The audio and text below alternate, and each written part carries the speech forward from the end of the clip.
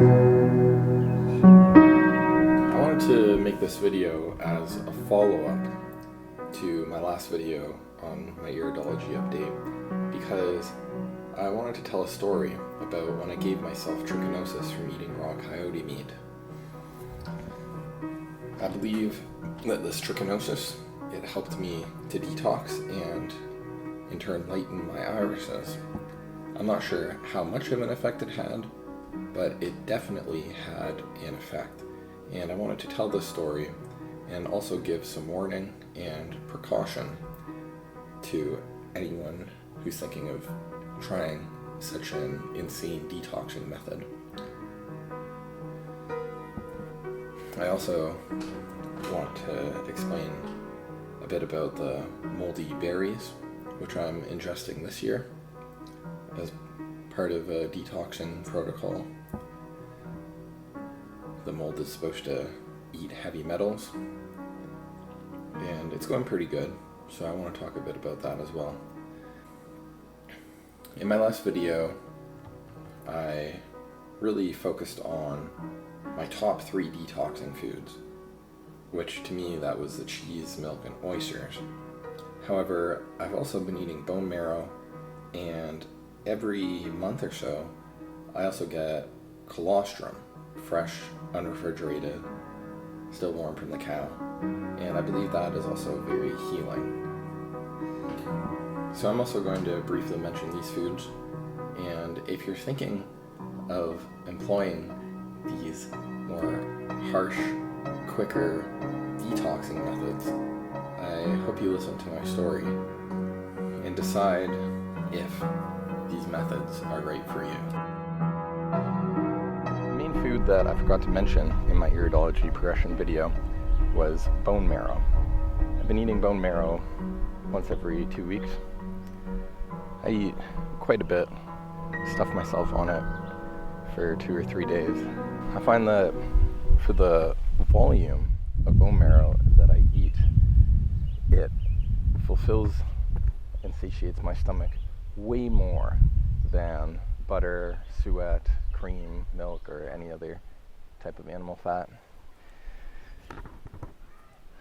So I'm not sure if it's just super nutrient dense or it's all those stem cells that just overwhelm my body with nutrients and give me that feeling of fullness, because it's at least 4 or 5 times more filling for the volume than any other fat. It really makes me feel good. I always have a really deep sleep, very healing sleep after eating bone marrow. I also have been consuming the fruit with coconut cream every few days. I try to have it every day, and I always try to have the coconut cream on me. And the main things that I really wanted to talk about in this video were the trichinosis and the moldy berries.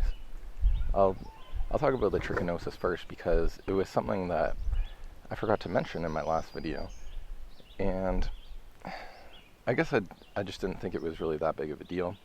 And I should really preface this whole conversation by saying that it's not something that I recommend. In fact, I highly recommend against giving yourself trichinosis if you haven't been on the diet strictly for 3 years and gained at least 40 or 50 pounds beyond your recommended body weight.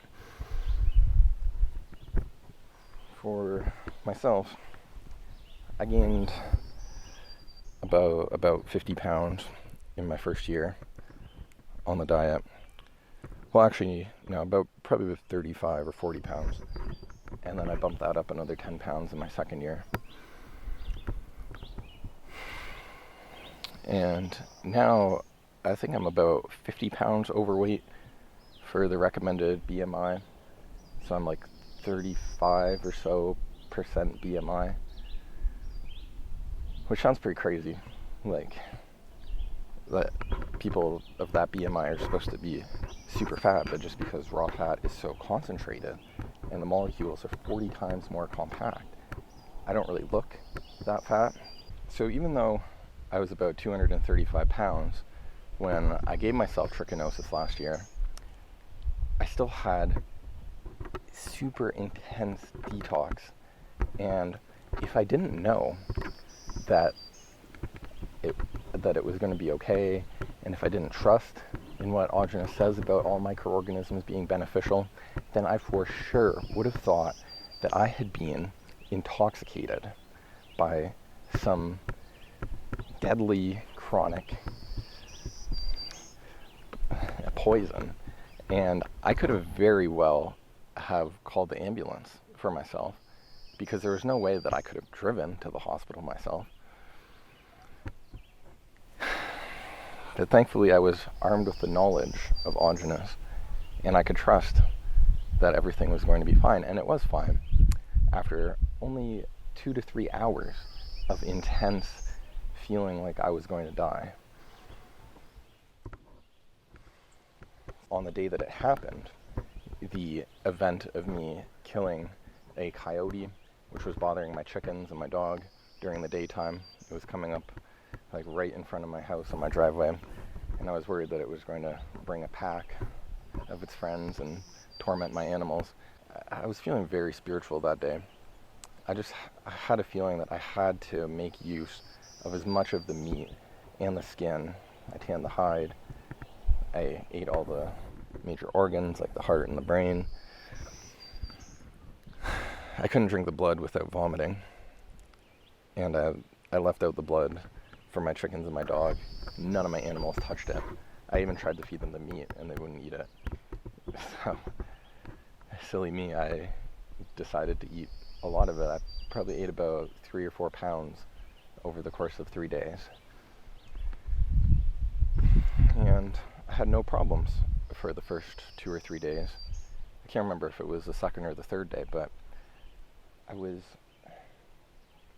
eating a dinner of some of the coyote meat, and as I was eating, I started to feel this tension in my neck and in my shoulder, and it came on pretty quickly, and within 20 minutes I could not ignore this tension sensation. It just slowly was ramping up in its degree of painfulness. And so I put away the rest of the meat in the fridge. I laid down in my bed, started breathing heavily, and sipping some milk, eating cheese, and the pain just continued to get worse. And I decided I was going to go to bed and sleep it off.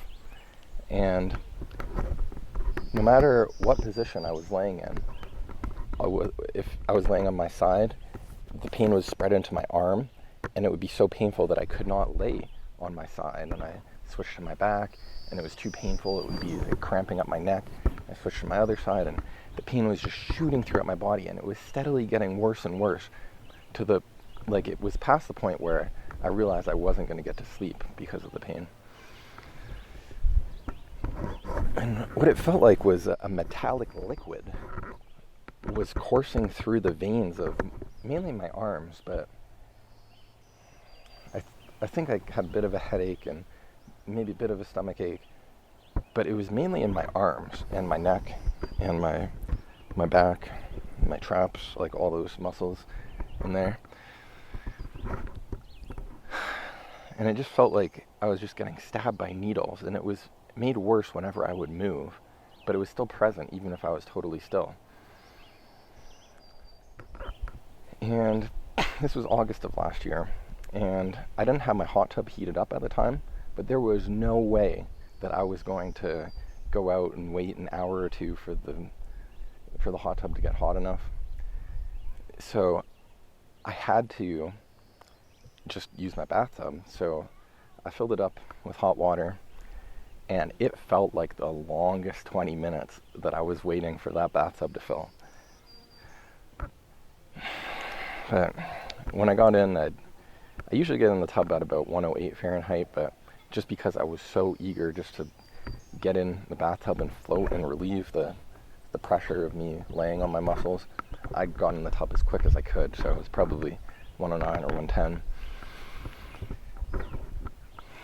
And as soon as I got in the tub, I was floating and the pain started to go away. And for those of you who do hot baths, you know that the discomfort of the heat can become overwhelming after 40 minutes, 50 minutes. But I just did not care. I stayed in that tub for over 2 hours, and I was sweating buckets, but I did not care about the heat, because if I even moved a little bit, the pain in my arms, it reminded me that I better stay in that tub. So the whole time I was sipping milk, eating cheese, I was drinking a lot of water, obviously, because I was sweating a lot. I always drink water in the hot bath. A lot of it, just to make up for the sweat. But so, after the 2 hours, I could slowly move again, and I just felt a lot better. The pain actually was down like 95%. And it was like 3 or 4 in the morning at this point. So I just hit my bed, and I had a great sleep. And in the morning, I had no pain at all. And so I believe that this was trichinosis entering my body, doing some preliminary cleanup work. And I believe now it's gone into hibernation. It's probably laid eggs. It's just nestled within my tissues, not causing me any problems now. I haven't noticed it. And I trust that it'll come back out to do more cleaning. Maybe again in a month, because it'll be 1 year anniversary. You know, Ogenus says that these microorganisms are usually cyclical.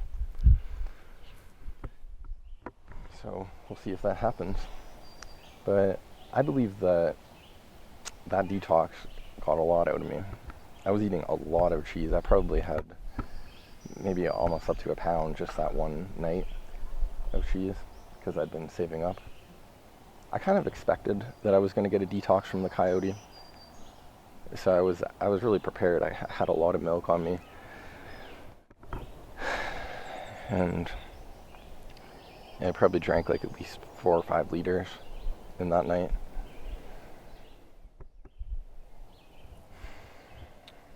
So, yeah, I didn't mention this in my last video just because it's something I highly recommend against, unless you really believe you're ready for it. You know, if you're super fat and you've been on the diet for a while. But aside from the trichinosis, I think the fruit and coconut cream is a much more gentle way to detox. And I've never had a problem with major detox symptoms from the fruit and coconut cream. So I would just stick to that. And it's hard to estimate how much the trichinosis had detoxed me, but obviously, as I showed in my iridology video, my irises cleared a lot. So, I mean, it must have done something. But now, something else I should mention about the iridology being a reflection of your physical health is that I really believe that this progression on this journey of healthfulness and having clear windows to your soul, the irises, it's a multi-dimensional, multi-layered process, because I think that there were some toxins that were buried so deep in me that only the trichinosis could really work in and start to break down. It's stuff that fruit and coconut cream could never have gotten to. I mean, I'm sure, I'm just using these foods as examples, but I'm sure that each of them can break down their own toxins and they can get where they need to in due time. But I guess what I'm getting at is that there's psychological and spiritual detoxing that has to be done along this journey. And I believe this is related directly to what is known in the Eastern traditions as working through your karma, and conversely, stepping forward into service, or Dharma. And this can be simply summarized as giving, because it's a natural law that if you're to receive anything, you have to give something first. So you can visualize these two concepts, karma and dharma, as books that you're given in your life. You're given your karma book from your past life of all of the situations and emotions that you need to work through. And it's really as simple as opening up the book of Dharma and being of service and giving. That's all that it takes in order to close your karma book and be done with that, because you actively work through and heal those karmic wounds. Fucking camera, man. Maybe I'll just continue talking and overlay the video with some other footage. Instead of looking at the camera, I can look out at this beautiful view. What a beautiful day, man. What an unreal view, man. Holy shit. So yeah, I think that as I go about this healing journey, I'll be able to more accurately describe this process of psychological and spiritual healing.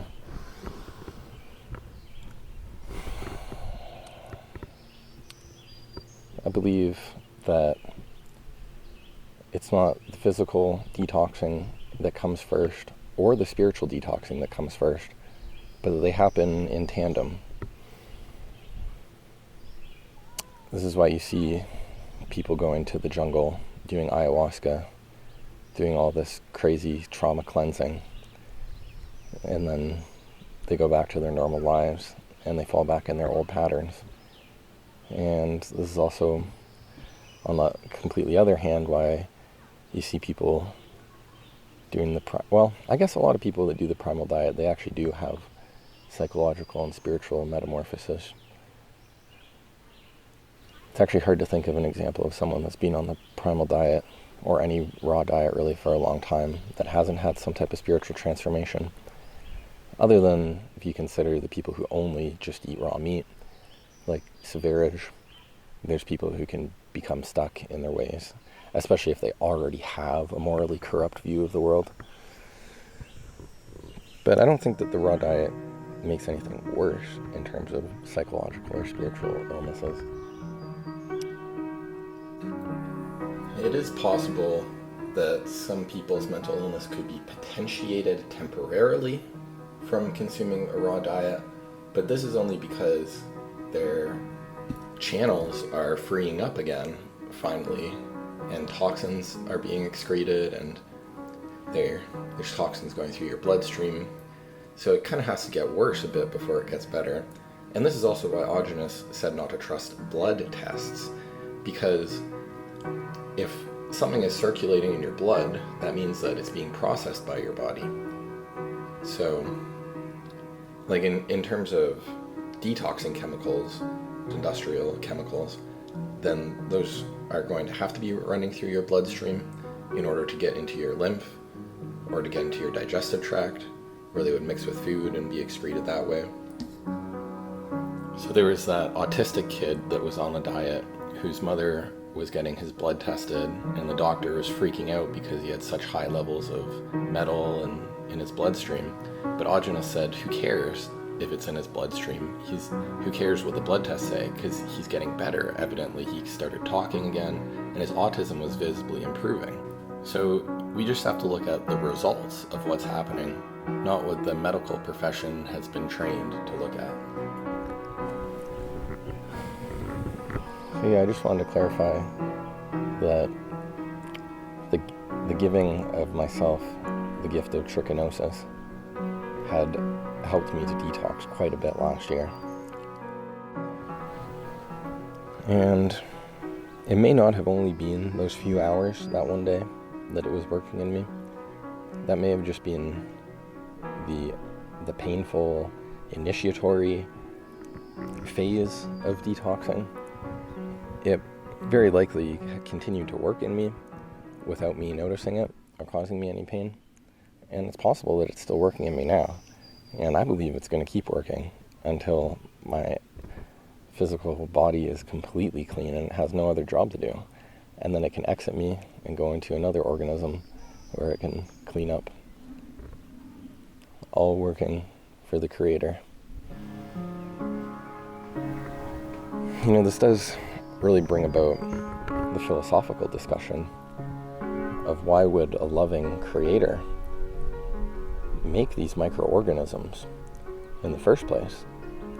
And a lot of humanity believes that parasites are evil. There's even the talk in the vegan community especially about how parasites are manifestations of demons, and they point to the fact that if you look at them under microscopes, they look very ugly and very alien. And I think there's also some mention in the Bible of, well, I guess they say that, like, you're not supposed to eat pork because it's unclean. And supposedly they knew way back when the Jews and the Muslims were making those laws to not eat pork. Supposedly they knew that there were parasites. But I think it's really just because the pigs were roaming the streets back then, and they were eating people's garbage and shit. And yeah, pigs really eat anything. So, like, I don't eat regular pork. I only eat pork from a biodynamic organic farm.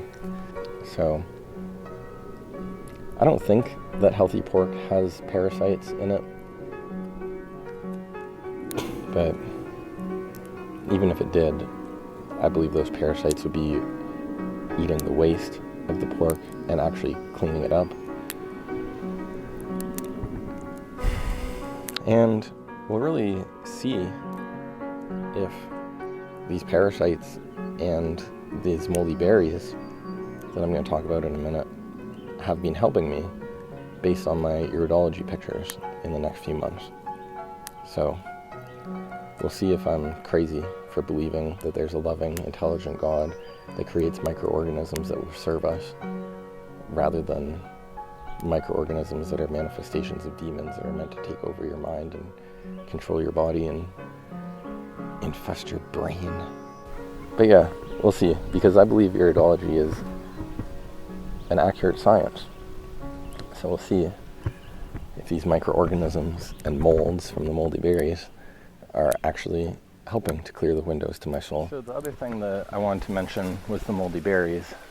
It's something that I just started doing again about a week ago. And I started to get some pretty big detox symptoms from it. I dove into this protocol very foolishly in my first year on the diet. I was actually only a few months in. And I got very overzealous, eagerly researching the autogenous Q&As, and I saw what he said about the children with autism who healed their autism 5 times quicker than just normal children doing the standard diet. And I just thought that those moldy berries were for me to heal my autism. And I didn't really have such strong detox symptoms at that time in 2022 that I did this time. And thankfully, I guess the mold, it just knew not to detox me that much at the time, because it probably would have done some damage. Just because I was only about 200, maybe 210 pounds at the time when I first started the diet a few months in. I was was probably about April, May, June, July, August. I was about 5 months into doing the diet strictly at that time in 2022 when I first did the moldy berries. And I had a lot of brain fog at the time, so I don't really remember much of what it was like, but I do remember that I had fatigue. I was sleeping a lot, like 12 hours a night, and that persisted for like 2 months. I was just sleeping a lot more, and I was just really tired overall. But this time, when I started eating the moldy berries, I did strawberries this time, and I ate them for about 5 or 6 days with no symptoms. And then all of a sudden, I started to sprout pimple-like blisters, and they're extremely itchy. And even if I start itching them now, I almost can't stop itching them. Like, I have an urge right now to itch on my ankle. I'm going to try to hold off just for the video.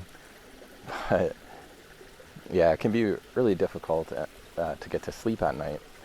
And I found that coating it with coconut cream helps a lot, and that allows them to stop itching so much, and then I can get to sleep.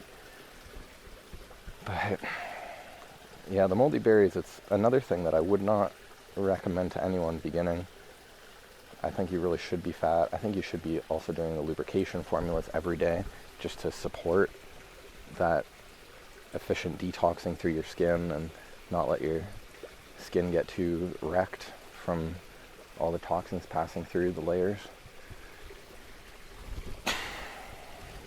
So I've been trying to do the lubrication formulas often. I don't do them every day, but I probably should be, especially right now since I'm actively detoxing through my skin. I'm doing the hot baths a lot, and that's helping a lot to move the toxins out of my skin. But I said I wasn't going to itch my ankle, and now I am.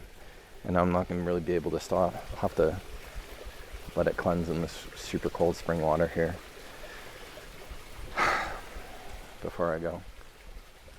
But yeah, I itch these rashes until they start bleeding, and then they stop itching.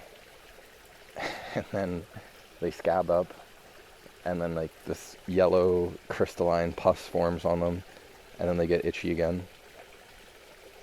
But yeah, I also got this blister like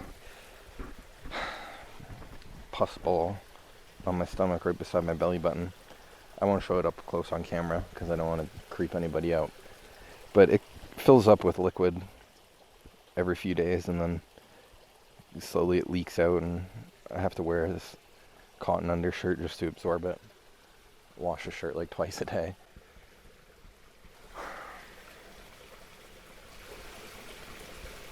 But it's basically just an oversized blister.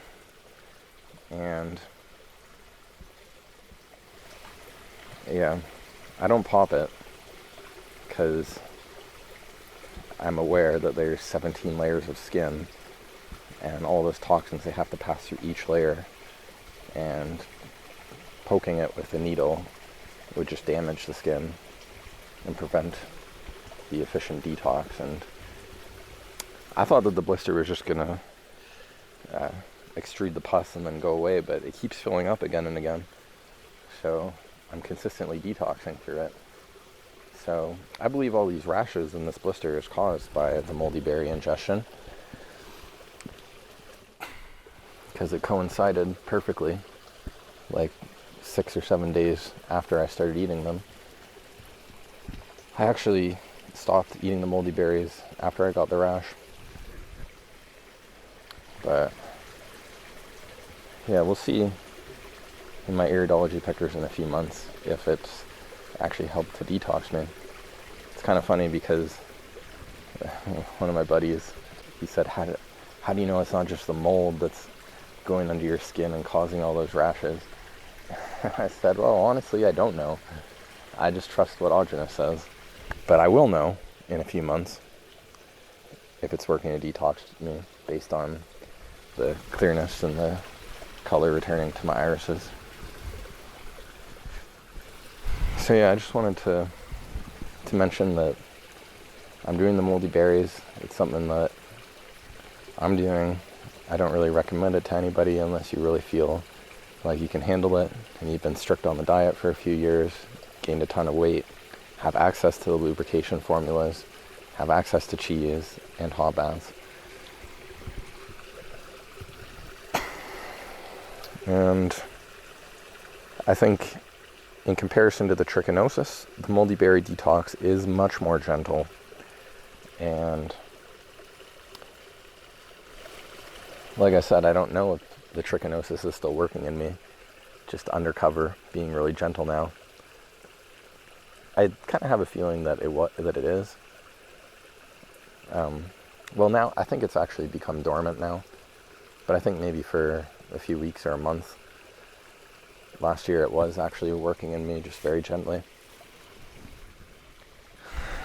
So yeah, I'd like to give thanks to God,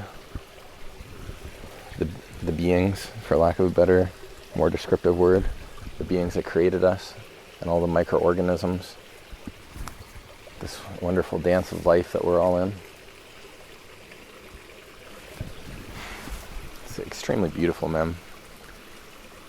It's so funny how some people say that we're on a prison planet, and they talk about Saturn, moon matrix, and you're born into a prison realm where you're a slave for the overlords.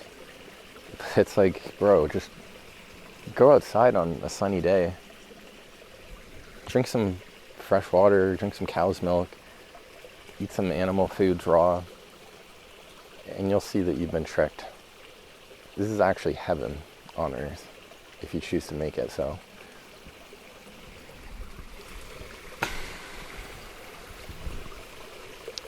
And there's really no reason why intelligent creators, and they are intelligent if you just observe your body, the intricacy of your veins and the layers of your skin, and even the ability to see with your eyes and hear with your ears and smell with your nose and taste with your mouth and sense even extrasensory perception and think thoughts and receive thoughts.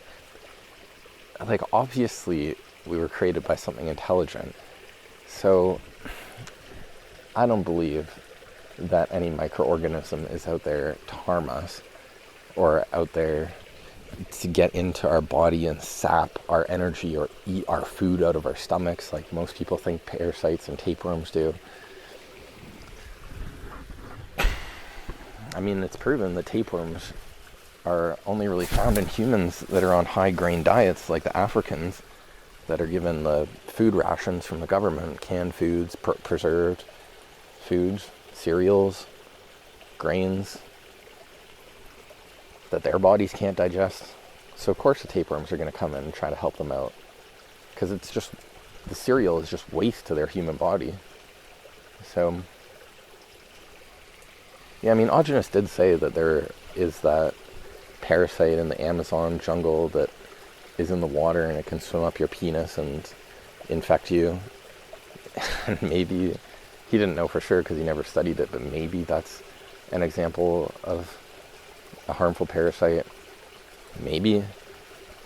But even then, it's like, why would our creator create such an organism if he's creating trichinosis, which clears your irises?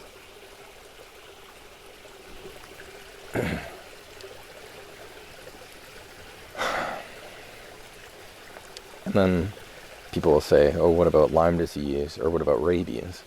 And if you look into what Augenis said about those, they're just scare tactics meant to convince people to get vaccines.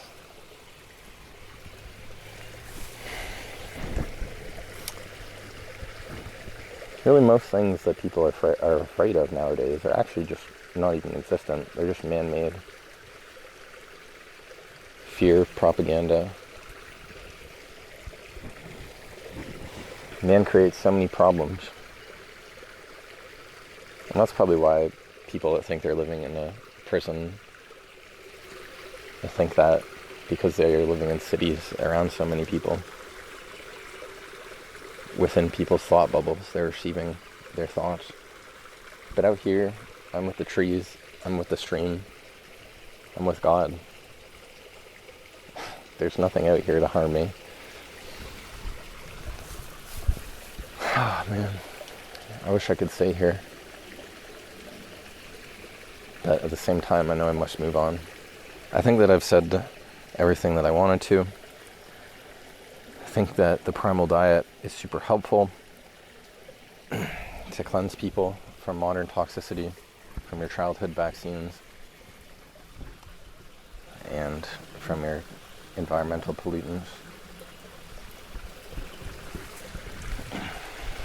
I think that for a lot of people, you have to have already reached a certain point of anxiousness and depression to be convinced to try raw meat.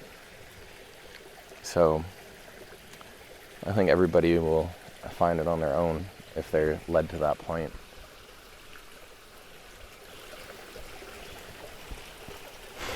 So I never talk about the diet in public. I just make these videos because I think that people who are already on the diet are going to be watching them. So, yeah, if you think you can handle the moldy berries, if you have access to coconut cream to coat yourself at night, and you have access to hot baths, lubrication formulas, then I'd say go for it. And we'll see how much it's done for me this coming November or December when I take my Irish photos. But until then, hope everybody starts to open your book of Dharma and you start being of service, start giving. Break the chains that the devil has around your mind. Start to be of service. Start to think for yourself. Start to give back without any thought of receiving from humans. Because it's not going to be the humans that give back to you. And if it is, it's going to be God working through them. Alright? Goodbye for now.